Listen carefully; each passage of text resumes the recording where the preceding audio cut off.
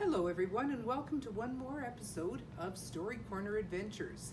This is it. This is the last half of the last chapter of Wheel on the School by Meindert Dejong. For those of you who followed through the story from the beginning, thank you so much for your patience and for sticking with the story. I hope you've enjoyed it as much as I've enjoyed reading it. Though I confess this is not quite the same as reading to a live audience.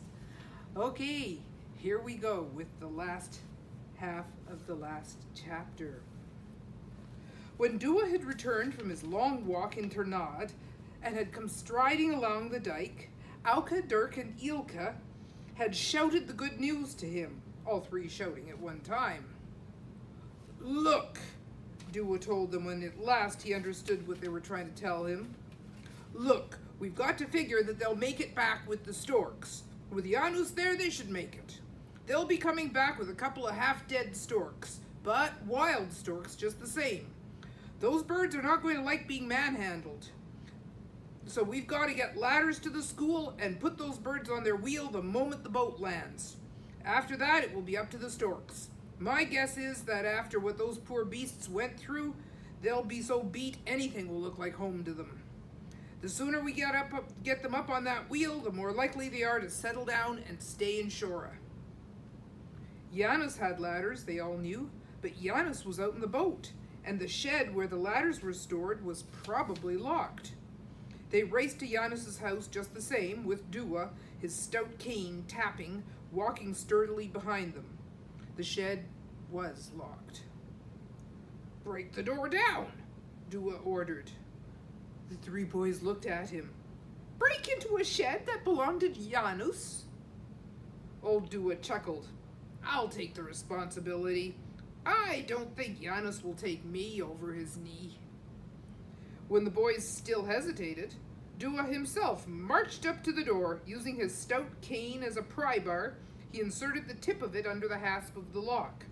The staple that held the hasp came squeaking out of the doorpost. Dua went into the shed and the boys followed him. They hurried out with the ladders. The noise they made brought Grandmother Sybil III to her back door. "I'd call that breaking and entering," she called out from her back stoop. "And Dua, at your age, you ought to know better." "It's for a good cause, Sybil," Dua answered her. "There's storks coming to Shora, Sybil. The first since you and I were kids, but these are coming by boat." Over the high board fence, Dua explained the situation to the old lady. Her eyes sparkled.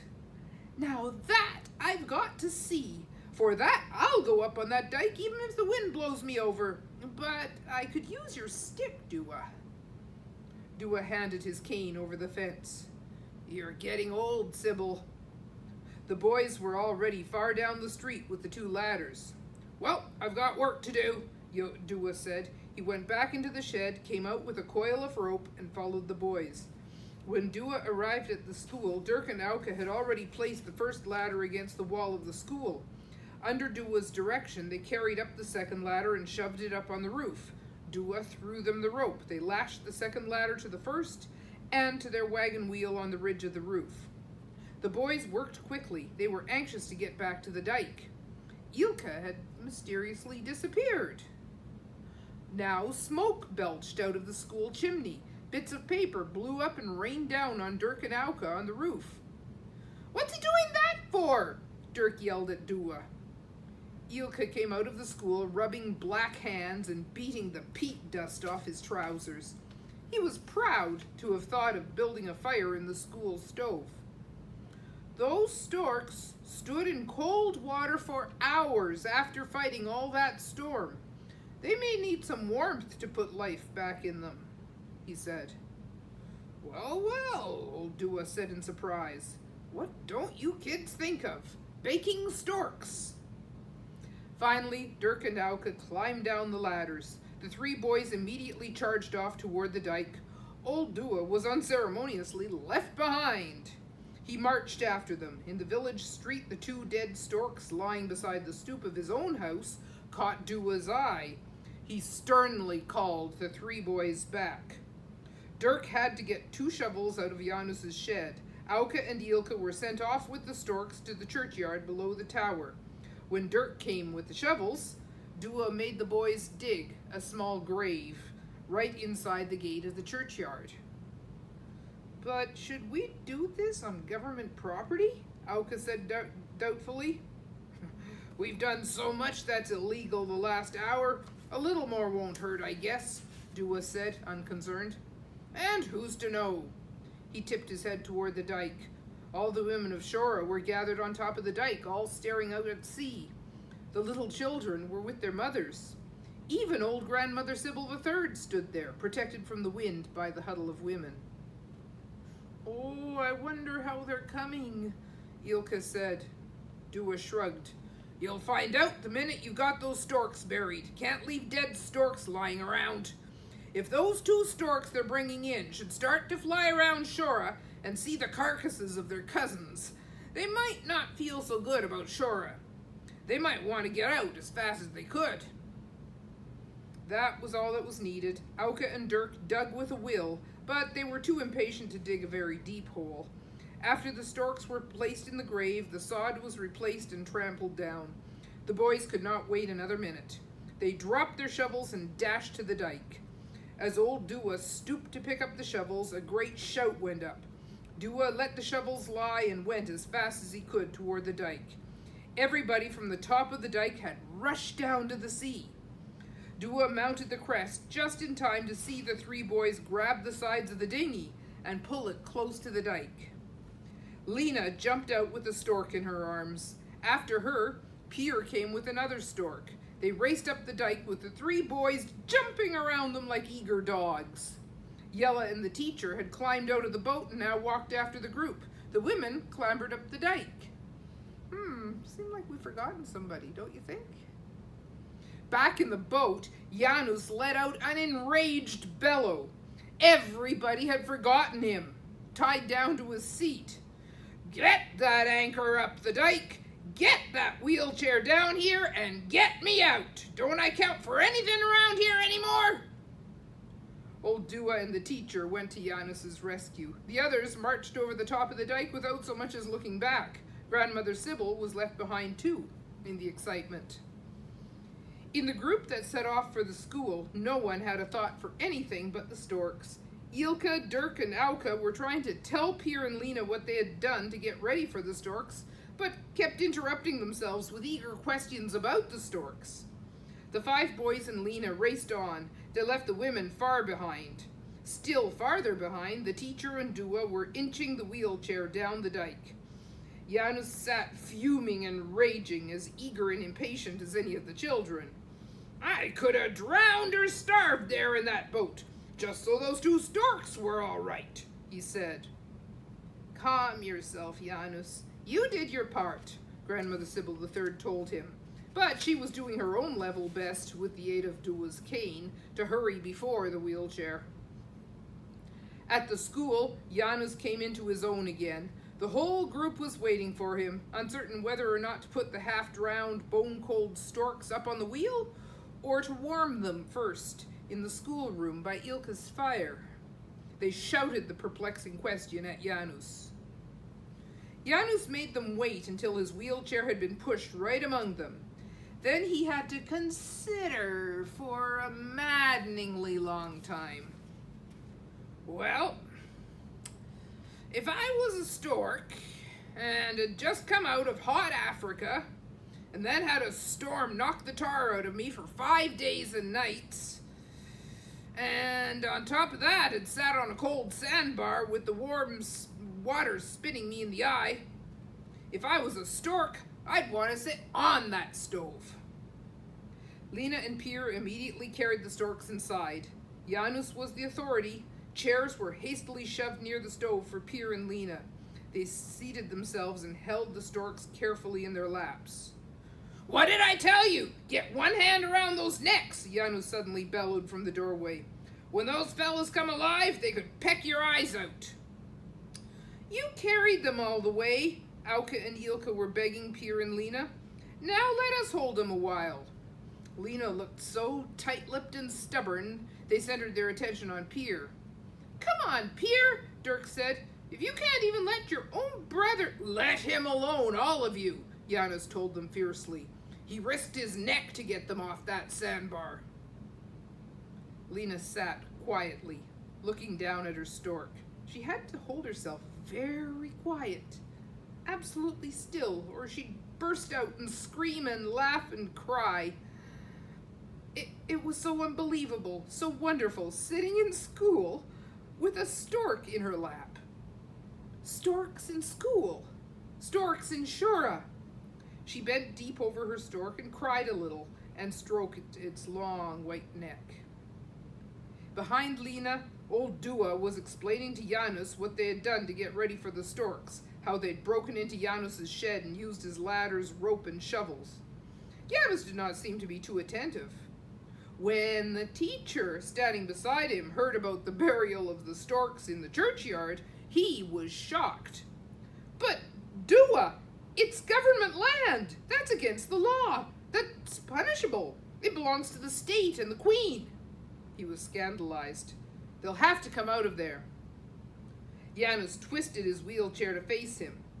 "So, it's government property. So they dug a little hole, so the queen won't like it. Well, let the queen come and dig them up and drag them off to Amsterdam and bury them behind the palace."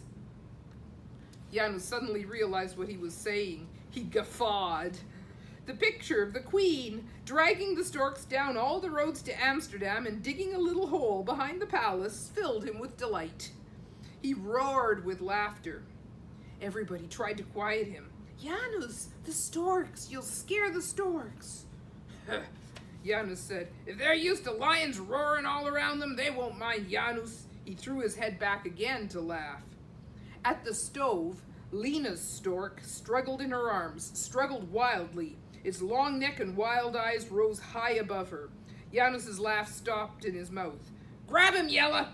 Grab that neck!" he cried. "And up with them on the wheel, quick! Now that the blood's running in their veins again. Come on, Pier!" Pier and Yella jumped to his orders. They remembered Janus's cautioning and kept a hand around the long necks. The stork under Yella's arms struggled wildly, trying to twist free from his grasp. "Don't choke him, you young idiot," Janus said sternly. Up on the ladder, Yella had to let go his hold on the stork's neck. He needed both hands to climb the ladder. With the big stork tucked under one arm, he climbed up. Pier followed right behind him. On the roof, they had to crawl slowly along the ladder. Suddenly, Yella's stork began fiercely pecking at his head. Yella closed his eyes and let him peck. The sharp jabs knocked off Yella's cap. The stork's hard bill hammered down on his bare head. A tuft of hair came away in his bill. Yella squealed. He could take no more. He braced himself against the ladder, grabbed the stork with both hands, and tossed him up toward the wheel. Big white wings opened. Yella's stork landed on the rim of the wheel. Pier handed his stork to Yella, who reached high to place the stork on the wheel. Stretching his long neck down, the big male stork angrily pecked at Yella. Yella hastily released his mate. The male stepped over and stood above her defensively. Slowly her head lifted. Her long neck came up. She looked at her lord and master. "Loosen that rope and down with the ladders," Janus called from below, "while they're still all in. Later it might scare them away." Yella lay flat on the ladder as he untied the knot in the rope underneath the wheel. Everybody helped to pull the ladders down. They laid them along the school wall. Then all retreated to the road and stood, without speaking or moving, staring up at the two storks on the wheel. The male stork stood tall and white, looking down at them. His mate had gathered her legs under her and sat, squat against the hub of the wheel. The male stork circled the wheel with slow, stately steps, studying it, and now and then tapping the rim with his bill. When he had completed his inspection of the wheel, he stood tall and dignified again, looking up at the sky. His long bill opened and he began making hard clapping sounds with it into the sky. The female tilted her head and listened. She struggled to get to her feet. The male gently ran his bill along her white neck. Suddenly he spread his wings and flew down from the roof. He landed in the schoolyard, right before the hushed crowd gathered in the road. His sharp eyes had seen a long twig. He seized it in his bill. Flapping his wings heavily in his weariness, he rose to the roof and dropped the twig on the wheel before his mate. Gravely he bowed before her and pushed the twig closer to her. Still sitting in her exhausted huddle, she touched the twig with her bill and drew it toward her. She seemed to accept the twig as a promise of the nest they were going to build there. The male stork settled down on the wheel close beside her and closed his eyes. Down in the road, nobody said a word. The little group stood silent, staring up at the roof of the school. Then Janusz whispered, "They've shown us they're grateful. They've shown us they're going to stay and build their nest. Now, let's all quietly get away from here and leave them alone." They tiptoed away, solemnly turning to look back at the storks, and Janusz rode in their midst. "You can't believe it," Janusz kept whispering. "You can't believe it. Storks in Shora." "Not since I was a little child," Grandmother Sybil III said softly to herself. "Storks in Shora," Lena repeated. "But I can believe it, Janusz. It's so impossibly impossible, I can believe it now." "Ah, yes, little Lena," the teacher said. "So impossibly impossible that it just had to be. And the long dream, storks on every roof in Shora, is beginning to come true." We can tell the story is over now because all of the main problems have been solved, the ones that can be solved in the time. Of course, they're going to have to go ahead and plant trees and nurture them so that they can grow big and tall so that the storks have resting places during the long, hot days. And they're going to need to build more wheels out of driftwood, provided with the help of Dua by the Shora Wheel and Stork Society. But I think there's a pretty good chance they're going to get that done, don't you? So, remember the rule to the lesson to yourself, the moral of the story, I guess you'd say, is if you wonder and wonder, things can begin to happen. But it's not enough to wonder, it's not enough to dream. First to dream and then to do. Thank you once again for joining me with the Wheel on the School, and I wish you all of the best. Please remember to be kind to each other, and I wish you much joy. Bye now.